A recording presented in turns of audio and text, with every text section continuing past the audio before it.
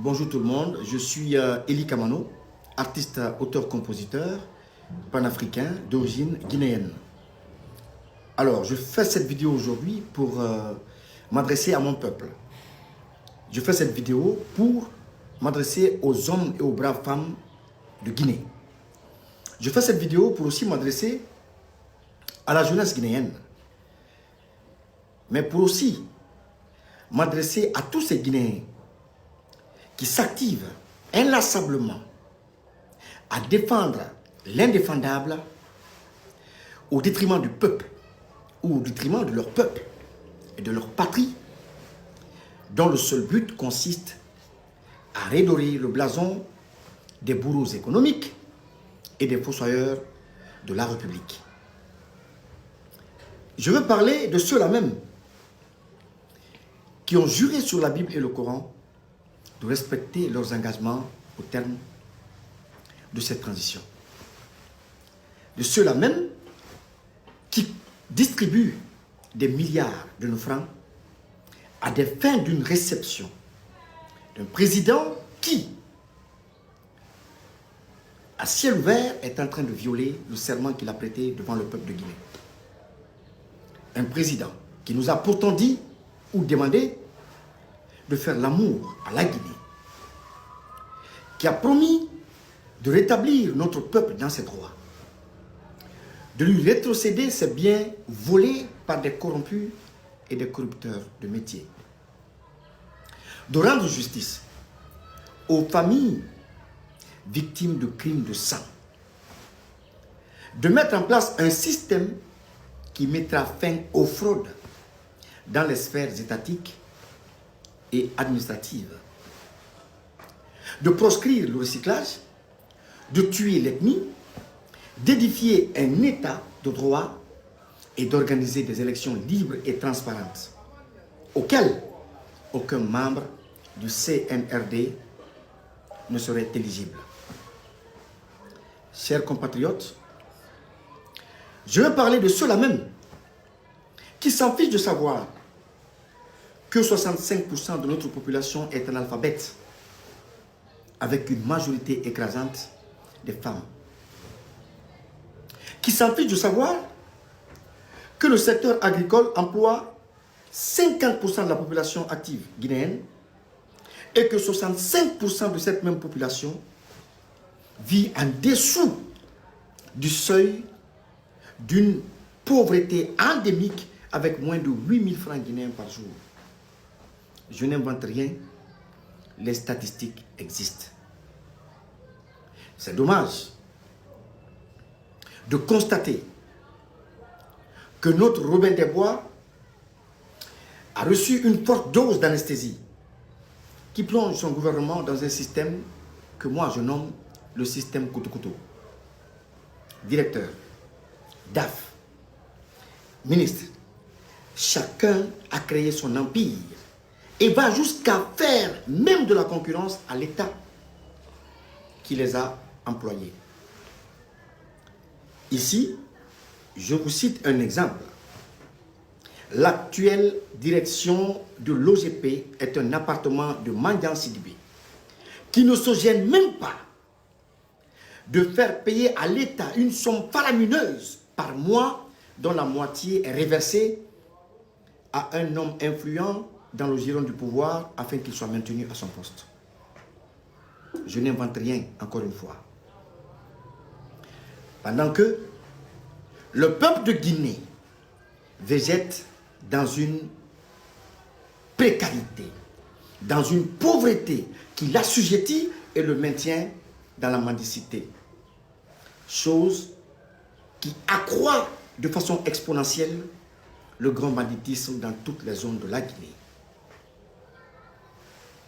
Comment voulez-vous, peuple de Guinée, que je passe mon temps et ma vie à combattre les régimes par le passé, à combattre le régime du président Alpha Condé pour plusieurs manquements dans sa gouvernance et pactiser avec le CNRD pour infliger aux Guinéens les mêmes maux que j'ai reprochés aux autres régimes.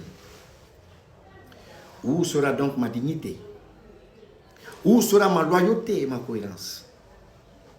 Chers compatriotes,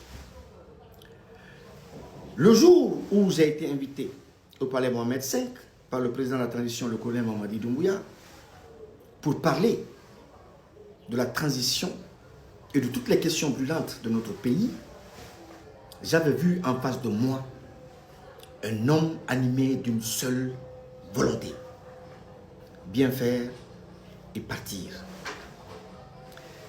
On s'est familiarisé. Et je puis vous rassurer que cet homme n'a jamais pris de décision unilatérale parce qu'il aime le consensus. Et je crois que c'est parce qu'il ne veut pas être le seul orphelin de l'échec qui pourrait découler de la fin tragique de cette transition qu'il demande toujours l'avis de ses acolytes pour trancher. Si vous voulez mon avis, je vous dirais que c'est à partir de là qu'il a eu le plomb dans les ailes. Une fois, il m'a demandé de venir. Pendant qu'on faisait le tour du palais, il m'a posé la question sur plusieurs cadres afin de connaître mon avis sur leur probité morale.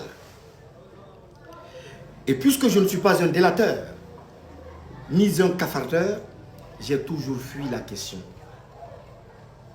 C'est seulement lorsqu'il a parlé de Foni Kemengue que j'ai répondu. Il me dit, j'aimerais bien nommer Foni Kemengue, mais on me fait savoir qu'il n'a aucun niveau. C'est là que j'ai compris que le président de la transition, le colonel Mamadi Doumbouya, est influençable par ces bandits à col blanc qui sont allés ramasser leurs frères, leurs cousins, leurs amis et leurs camarades pour bourrer l'administration guinéenne. Et je lui ai dit, en parlant de Foni Kemengue, que ceux qui disent qu'il n'a pas le niveau sont des apatrides qui surfent sur leur diplôme ou leur faux diplôme pour pouvoir occuper des postes de responsabilité. Ils savent qu'ils ne feront pas bon ménage avec lui, donc la seule option était de le vilipender. Un jour, le président de la transition, le colonel Mamadi Doumbouya, voyant sur les réseaux sociaux mon projet où j'ai apporté assistance et aide à 15 personnes, 15 Guinéens malades, qui ont reçu en fonction de la prescription des médecins la somme qui était destinée à chacun d'entre eux, que le président m'a appelé pour apporter sa contribution. Mais comme vous le savez, le sycophante Oudi Ier, ce sybarite aux allures de mendiant ambulatoire, est allé dans les grandes gueules, sans preuve aucune, pour raconter sa vie dans un pléonasme très élémentaire et pathétique. C'était dommage. Parce qu'après cet épisode, j'ai été convoqué à l'ORDEF, tenez-vous bien, pour aller m'expliquer sur la somme qui a été mise à ma disposition dans ce projet.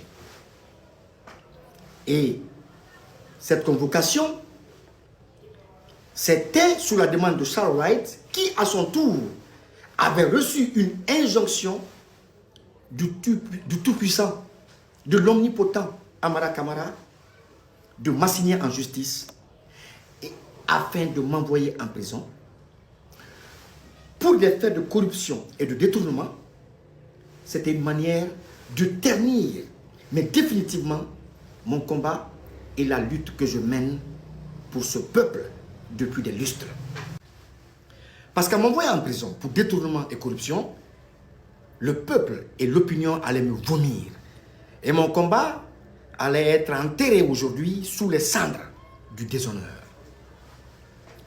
L'ORDEF, après 2 ou 3 mois d'enquête, a tiré sa conclusion et a fait sa synthèse.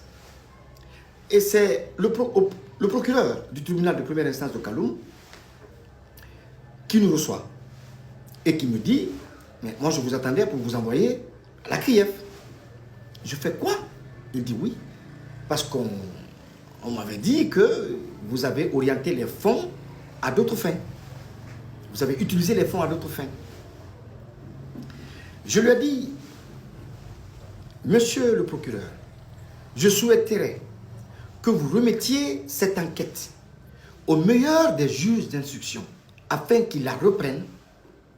Et j'ai rajouté ceci. Si il y a une déclaration dans laquelle je mentionne une somme devant le nom d'un malade, devant le nom d'un médecin, devant le nom d'un prestataire qu'il n'a pas reçu comme subventionné, envoyez-moi en prison. C'est ainsi qu'il a remis au doyen des juges d'instruction le dossier afin qu'ils reprennent les enquêtes. Le doyen des juges d'instruction a repris les enquêtes du début à la fin. Il a fait venir des participants, des acteurs, pris au choix parce qu'il avait tous les contacts en sa disposition. Et donc, après 2 mois d'enquête aussi, il m'a demandé de venir écouter les avis des uns et des autres. Arrivé, il demanda à sa greffière de lire les avis pour moi. Chers compatriotes, je vous assure que lorsque j'ai entendu les avis des uns et des autres, j'eus au coin de l'œil une larme, tellement que ma douleur était immense. Tous ceux qui ont été auditionnés ont marché dans les lignes de mes déclarations. Je ne peux pas décrire ici ce que j'avais ressenti à cet instant. Parce que de Bill Dessam à Amara, d'ailleurs Bill Dessam d'abord, qui était aussi du cercle de ceux qui voulaient me faire couler, a surfacturé à l'État guinéen plus de 49 milliards de nos francs avant sa révocation. Sans oublier Amara Kamara, qui lui n'a jamais été audité sur des milliards qu'il gère depuis l'avènement du CNRD. Sans oublier Charles Wright, sur le cas de sa tournée qu'il a eue à l'intérieur du pays. Mais puisqu'il y avait une volonté manifeste de m'envoyer en prison et de me livrer à la vindicte populaire, voilà pourquoi, à cause de l'achat volontaire de mes tickets, j'ai été audité. Et heureusement que j'ai frôlé l'humiliation. Bref, j'ai été lavé de cette situation, ou dans cette situation, avec honneur.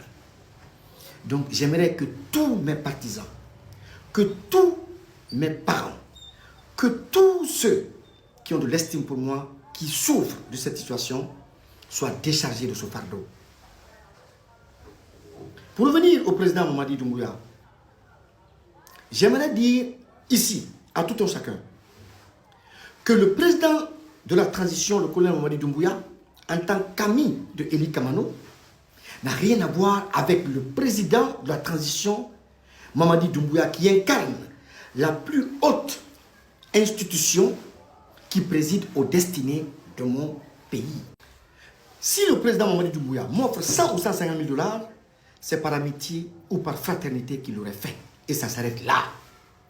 Mais même s'il m'offre du diamant, au nom de notre amitié ou de notre fraternité, je lui opposerai une résistance farouche au nom de la Guinée s'il trahit son serment. Il faut que ça soit clair. Parce que tant qu'on ne fera pas la distinction entre nos intérêts personnels à ceux du peuple, on va inéluctablement et indubitablement se tromper d'adversaire et de combat. C'est très important. Parce que je vois tout. Je vois des gens faire de mon nom une marque déposée. Il y en a qui en font un vrai fonds de commerce.